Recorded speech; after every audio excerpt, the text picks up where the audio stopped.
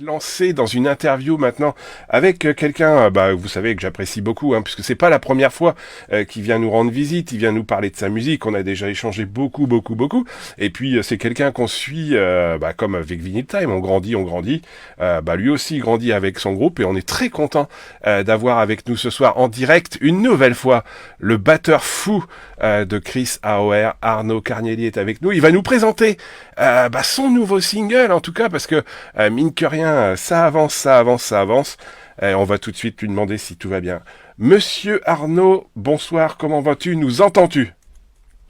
Oui, je t'entends, Olivier. Bonsoir. Merci pour Écoute Arnaud. l'invitation. Ouais, écoute, c'est un grand plaisir une nouvelle fois de t'avoir avec moi en direct pour parler de ton bébé, Chris AOR. Alors, on s'était quitté à la veille du off du Hellfest.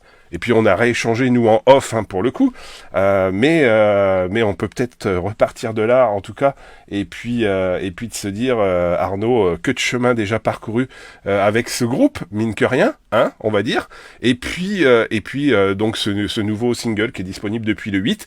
Alors Monsieur Arnaud, que gardes-tu de ce off du Hellfest et de ces premiers moments live? C'était une super expérience. On a vraiment beaucoup apprécié. L'ambiance était géniale. Le groupe a fait preuve aussi d'une très grande maîtrise en fait sur scène. On a pris beaucoup de plaisir en fait pendant ce moment-là, très clairement. Ouais. Et puis, chemin faisant, on continue, monsieur, à produire et à préparer un nouvel album. Plein de changements en fait, puisque le prochain devrait être sur MNO si tout se passe bien. Alors parle-nous un petit peu de cette arrivée sur ce label avant qu'on parle de musique et de single. Pourquoi ce choix et pourquoi partir pour un nouvel album qui sortira dans les quelques jours, parce qu'on est dans les starting blocks là maintenant. Ouais, dans les quelques mois précisément. Je pense qu'il n'y a pas de spoiler en disant que l'album va sortir le 5 mai. Par rapport à MNO, en fait, on a des amis communs. Et disons que le réseautage a fait son affaire et on s'est très bien entendu pour développer le projet ensemble. Et comme tu le dis, en fait, suite au off, il a été question de repartir en studio pour enregistrer quelque chose, produire quelque chose et sortir ces nouvelles choses avec les changements dont tu parlais, notamment le changement de chanteur. Bah oui, on va en parler puisque tu me tends la perche. Donc, nouvel enregistrement, nouveau chanteur. Alors, un chanteur qu'on connaît quand même un tout petit peu. Parce qu'il est quand même pas inconnu au bataillon. On va le présenter, il s'appelle Gus Monsanto, c'est un Brésilien, bien sûr. Alors comment on se retrouve à voir Gus Monsanto sur son album, Monsieur Arnaud? C'est une longue histoire. Je l'avais rencontré lorsqu'il ouvrait pour Camelot en 2007 avec Adagio. Mhm. On s'était recroisés au Brésil en 2013. Et en fait, on est toujours resté en contact, on s'est échangé quelques nouvelles. Et c'est vrai qu'un petit peu après, par rapport au off, je l'ai sollicité pour nous rejoindre. Étant donné le projet, et forcément, nous ayant rejoint pour ce concert, on s'est dit qu'on allait faire de la musique en studio ensemble. Mhm. C'est comme ça qu'on s'est lancé dans la nouvelle prod. Eh ben écoute, voilà une bonne nouvelle. Et puis il a toujours cette puissance, parce que on l'a connu dans divers groupes. Tu viens de le dire, Adagio, c'est un autre groupe qui me tient à cœur. Stéphane Forté, si tu nous écoutes, bien le bonjour. Et avoir aussi Gus Monsanto, est-ce que ça t'a, comme tu le dis, parce que c'est des titres, il y a une partie des titres que vous réenregistrez. Est-ce que ça vous a fait progresser? Est-ce que ça vous a changé la manière de travailler les titres pour le coup? Alors, c'est vrai que nous, on était tous semi-professionnels dans le groupe Rissard. Gus, lui, est 100% professionnel, c'est son travail. Mhm. Donc forcément, il y a eu une approche un petit peu différente dans la manière de répéter déjà, pour la préparation du off, la pré-production de l'album et la production en tant que telle. Oui, effectivement, on a beaucoup appris à ses côtés, à ce niveau-là. Voilà. Et quel est l'apport alors de Gus sur les titres? Est-ce qu'il a réaligné les titres, changé quelque chose? Est-ce que vous avez discuté pour faire des modifications qui vont plus dans le sens de sa voix, ou il a juste repris ce qui a été fait et puis il a essayé de coller sa voix au titre pour ceux qui vont être repris dans ce nouvel le disque? Comment vous avez travaillé alors ensemble? Alors c'est plutôt ça, effectivement. Lui parlait beaucoup d'interprétation. Mhm. Et à part couper quelques mots par-ci par-là, les morceaux n'ont pas changé, c'est vraiment lui, il souhaitait apporter une autre manière de les interpréter, donc ça a été des arrangements, on va dire ça comme ça.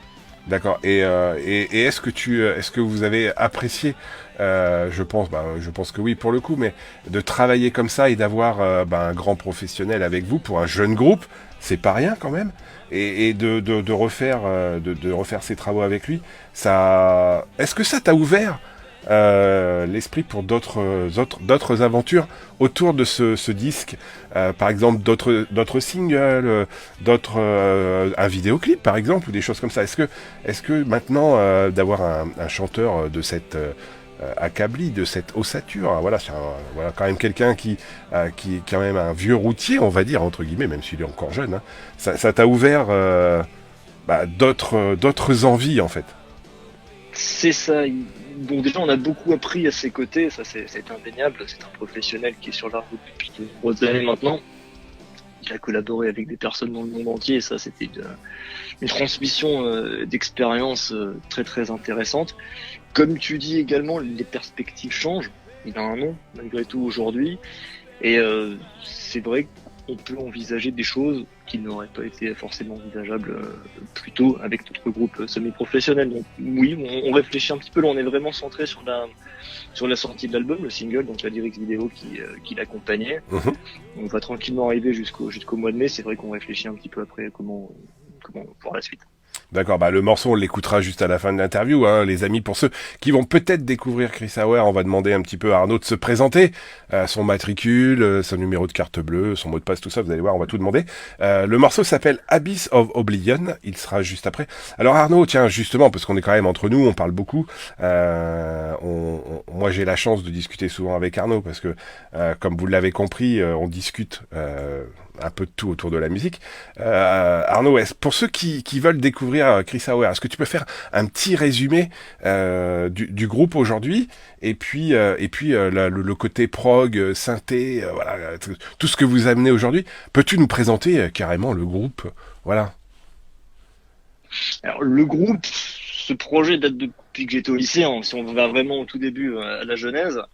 Voilà, donc groupe de métal, grande influence heavy, on va dire ça comme ça. Après, tu avais un petit peu d'éléments symphoniques, un petit peu de progressif qui s'est intégré à cela. On a fait quelques petits trucs dans notre coin à titre privé, et on a vraiment commencé à sortir des choses avec la technologie là, à peu près au confinement en fait. C'est vraiment le confinement qui a relancé le projet de manière un petit peu plus significative, où on a sorti forcément sur les plateformes nos différentes chansons. Et bien là, donc un nouveau single qui est arrivé, l'album qui arrive en mai, et comme je le disais tout à l'heure, c'est une grosse base heavy metal avec un petit peu quelques structures progressives de temps à autre et un petit peu d'éléments symphoniques, on va dire ça comme ça, mais c'est assez, ça touche à plusieurs styles en fait. Oui, on sent. Alors moi, je vais être un peu moins humble que toi. On sent.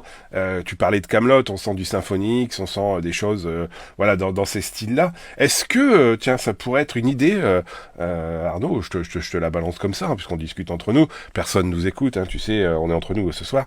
Est-ce que ça serait intéressant, par exemple, demain, d'avoir des duos dans Chris Hauer du style Roy Khan, Russell Allen, qui viennent chanter un morceau, faire un album concept, des choses comme ça. Est-ce que ça peut être demain, avec ce que tu viens de vivre avec Gus Monsanto, en tant que chanteur principal aujourd'hui, quelque chose qui pourrait être l'avenir de Chris Hauer et l'avenir d'un groupe qui monte en France?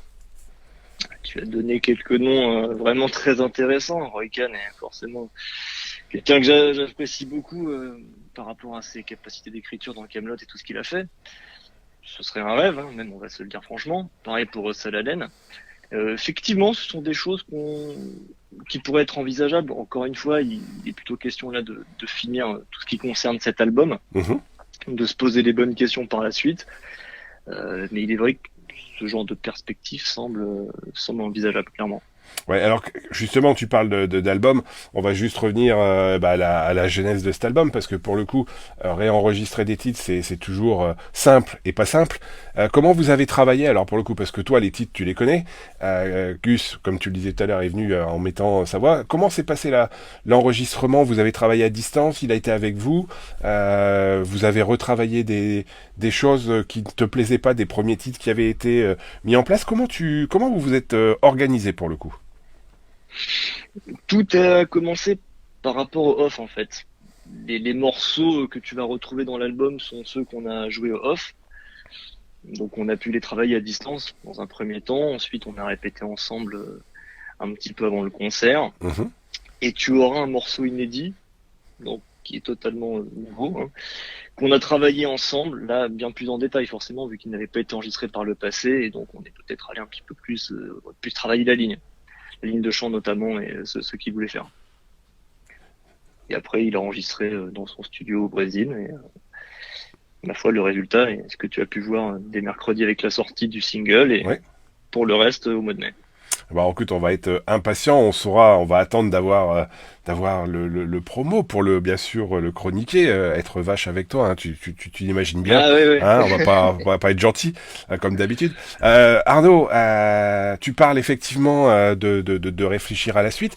Est-ce que dans les semaines, mois qui viennent après la sortie, généralement tout artiste qui sort quelque chose aime bien quand même venir défendre son bébé sur scène. Alors est-ce que il y aura éventuellement quelques dates de prévues? Est-ce qu'il y aura une release party par exemple? Est-ce que c'est des choses que tu réfléchis déjà avec le groupe, avec le label? Comment tu vois la suite de la sortie de l'album dans les quelques semaines qui viennent?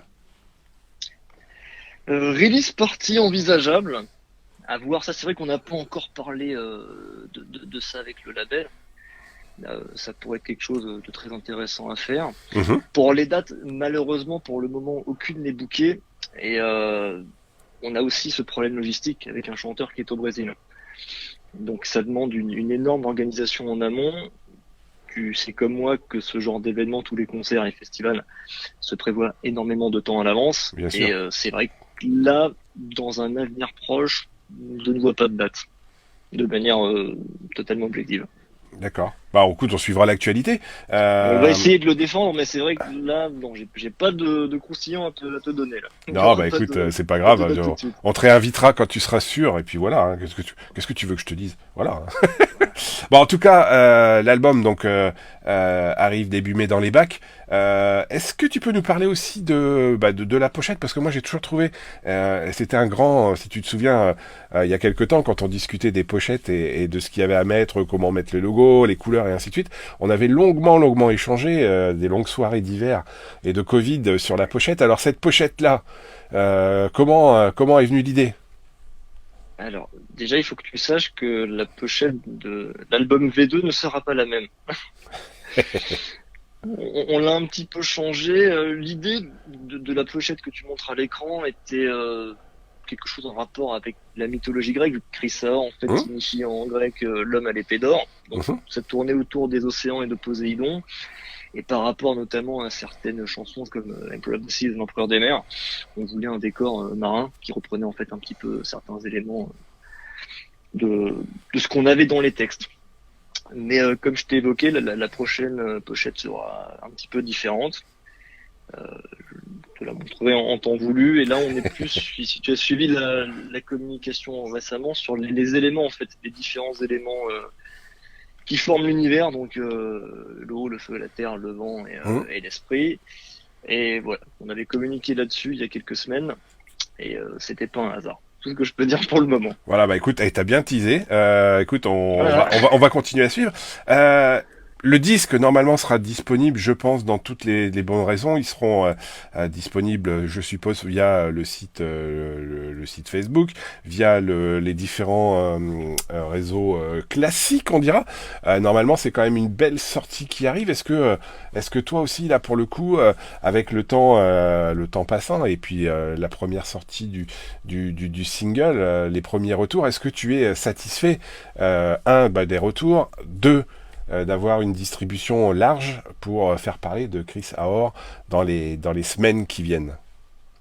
Alors, c'est en ça aussi que c'est un plaisir de travailler avec Alexandre Sabat d'Emeno Music et aussi son pendant Emeno Official Agency.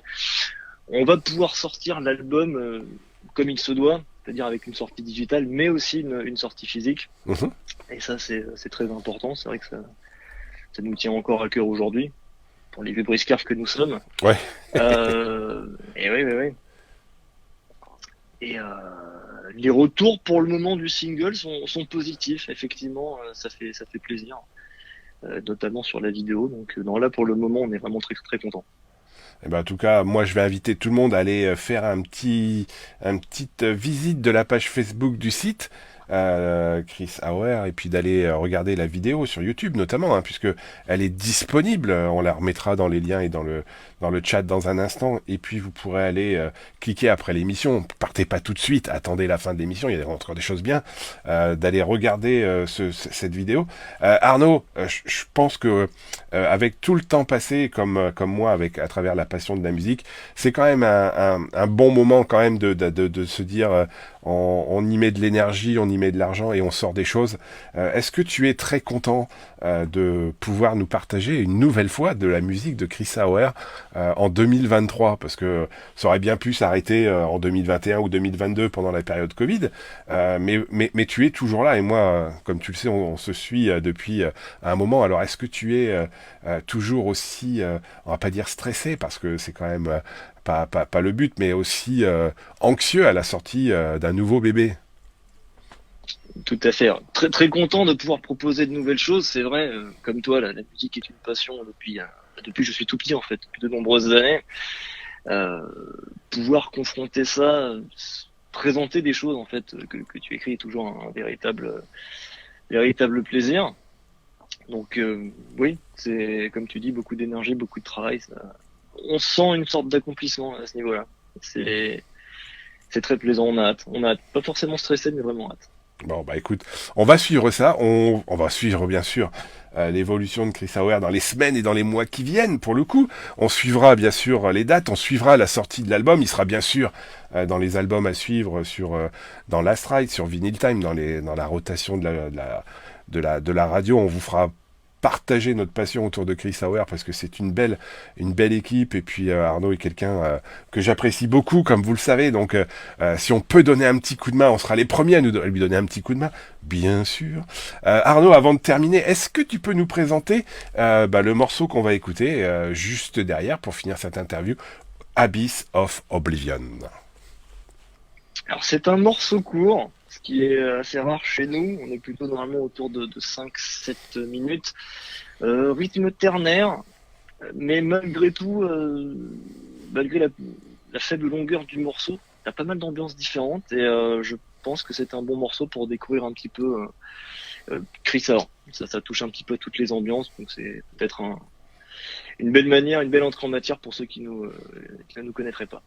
Eh ben écoute Arnaud, on va te remercier d'avoir pris un temps ce soir, d'être avec nous en direct pour venir nous parler du futur de Chris Auer, de nous parler de ce nouvel album, de ce nouveau single. Avant de nous quitter, cher jeune homme, as-tu un petit mot pour les auditeurs qui sont nombreux ce soir et qui nous écoutent en direct et sur le chat tout de suite maintenant?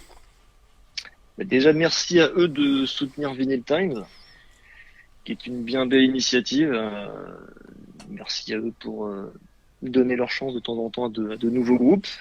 Merci d'avoir pris le temps de nous écouter tous les deux là pour parler de ce projet. Donc voilà.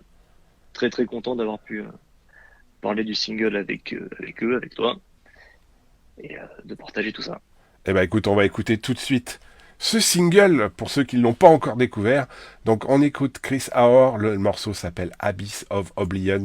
Arnaud, un grand merci à toi d'être venu nous présenter ce single, et puis on se reparle dès que l'album est sorti. Avec grand plaisir, Olivier. Merci pour l'invitation. Allez, c'est parti les amis, on écoute tout de suite Abyss of Oblivion avec Gus Monsanto au chant.